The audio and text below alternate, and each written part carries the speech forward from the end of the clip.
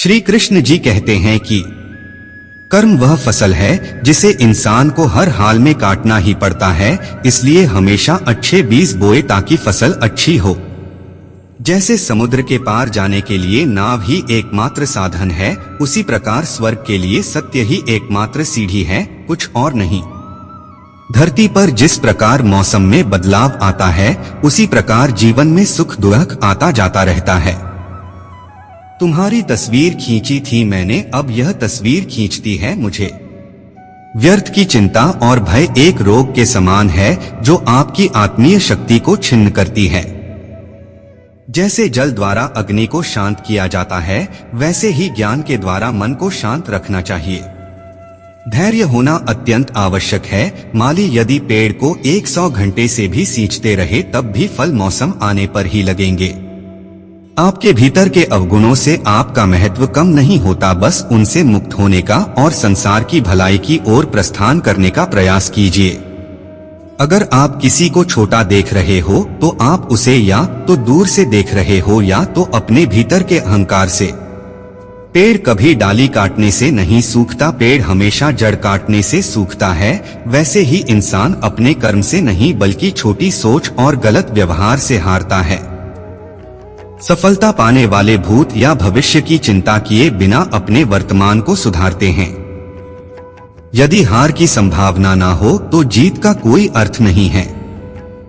तुमने खुद को कमजोर मान रखा है, वरना जो तुम कर सकते हो वह कोई दूसरा नहीं कर सकता। बुराई को देखना और सुनना ही बुराई की शुरुआत है। समय के साथ बदल जाना बहुत आवश्यक है, क्योंकि समय बदलना सिखाता है, रुकना नहीं।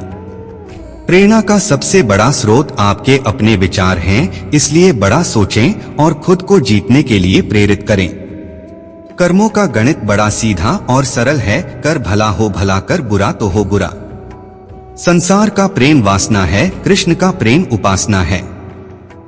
अच्छे कर्म करने के बावजूद भी लोग केवल आपकी बुराइयां ही याद रखेंगे, इसलिए लोग क्या कहते हैं इस पर ध्यान मत दो, अपने कार्य करते रहो। जो मिल रहा है तुम्हें वही तुम्हारे लिए बेहतर है, ये तुम नहीं जानते पर देने वाला बखूबी जानता है। जो मनुष्य जीभ पाकर भी श्री राधा कृष्ण का कीर्तन नहीं करता है, वह दुर्बुद्धि मनुष्य मोक्ष की सीढ़ी पाकर भी उस पर चढ़ने की चेष्टा नहीं करता। दुख भोगने वाला आगे चलकर सुखी हो सकता है, मगर दुख देने वाला कभी सुखी नहीं हो सकता। अपने अंदर करुणा रखो, आवेश नहीं। मेघ की वर्षा से पुष्प खिलते हैं, उसकी गर्जना से नहीं। गलत व्यक्ति जितना भी मीठा बोले आपके लिए बीमारी बन जाएगा, और सच्चे व्यक्ति कितना भी कड़वा लगे एक दिन औषधि बनकर काम आएगा। हर मर्ज का इलाज नहीं, दवाखाने में कुछ दर्द चले जाते हैं सिर्फ मुस्कुराने से। जिस प्रकार एक दिया अपना प्रकाश कम किए बिना हजारों दियों को जला देता है, उसी प्रकार खुशियों को बांटा जाए तो खुशियां कम नहीं होती।